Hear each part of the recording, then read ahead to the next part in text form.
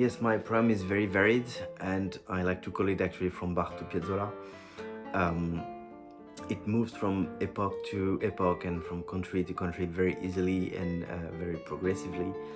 And I think it also shows what could be the guitar with some arrangements from really known composers and also from more specific pieces for the guitar. So yes, the first half is based on the Baroque area, which is actually the theme of my last album, Visage Baroque. So it starts with Bach, and then we have some French Baroque music with Couperin, Dufly, Royer. Also a Bach Vivaldi concerto written for the violin and orchestra by Vivaldi and then arranged by Bach for the harpsichord and arranged again for the guitar. So yeah, even within the Baroque area we have quite a lot of variety, also Scarlatti, to go from Vivaldi to the Spanish music.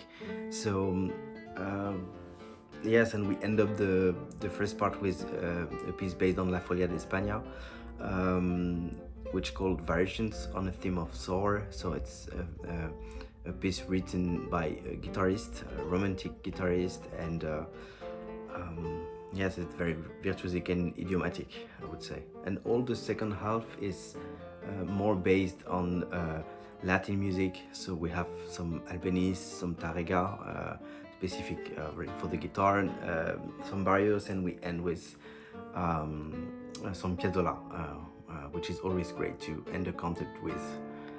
So hope everyone will like it.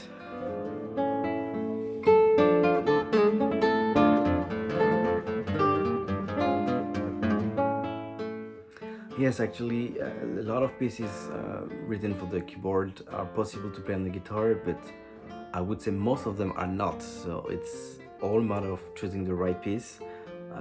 I think with the Baroque pieces written for the harpsichord, it's very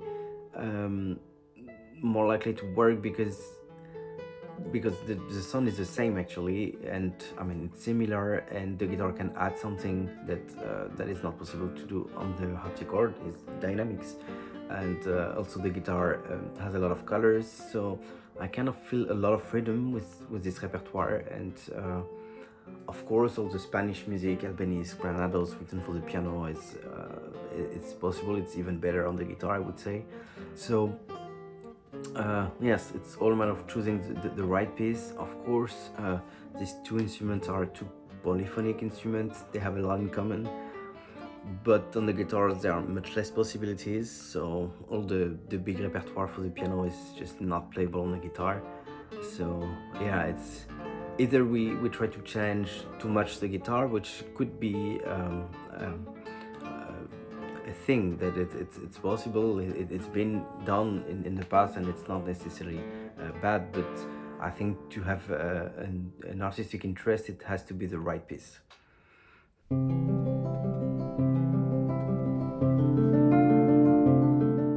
Yeah, so what are my favorite composers to perform? It is a very hard question, but I think always Bach. It really elevates me, so Bach for sure.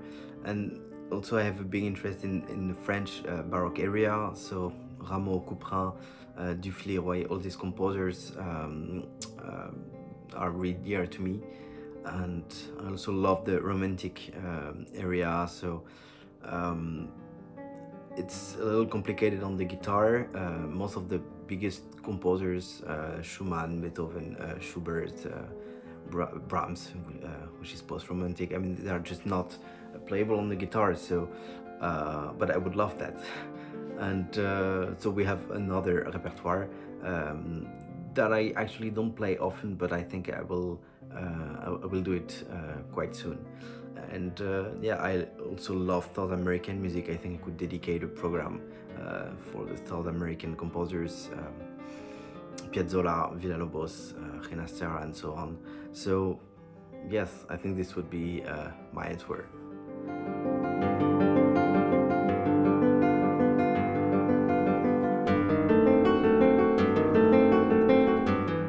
Well, I remember that it was a very stressful competition. I think the most stressful I had to deal with for many reasons, because it is the biggest competition. It's a chance to really stop competing and start touring.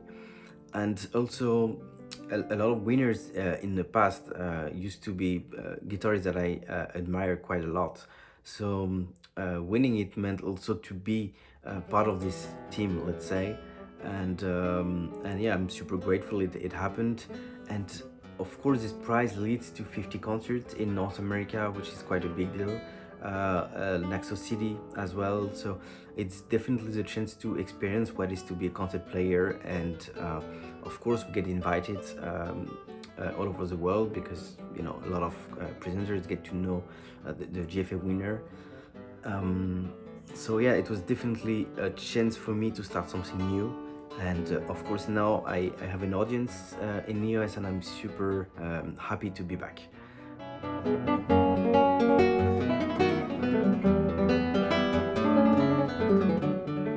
Yes, I play on a guitar made by Greg Smallman and Sounds.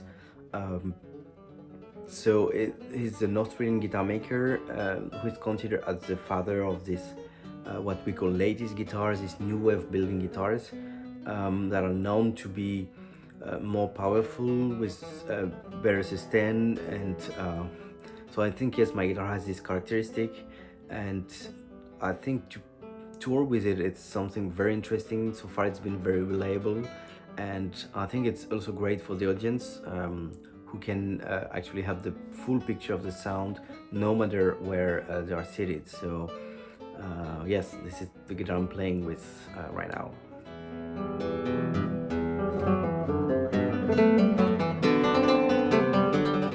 So what am I looking up when I want to listen to music? It's a very good question, but very, very hard to answer. I think so far what the most consistent has been the piano solo work. I've been listening the piano for many years now, and I think it's also close to what I'm doing somehow. And of course, whenever I want to go to a concert, I just run into solo recitals, piano solo recitals. So yes, I also have the feeling that when I hear a solo performance, I have something very special from the artist that is very transparent, something very unique. So yes, it's also what I'm looking for, I would say. And also, I listen music by period. I mean, lately it's been minor symphonies. Before it was Schumann. And actually, when I start to work a new piece, for example, I don't know, Piazzolla, for example, I would go and listen a lot of this music, just because I consider that it's a language. And I mean, music is a language anyway, and it's just very important for me to get immersed in the atmosphere.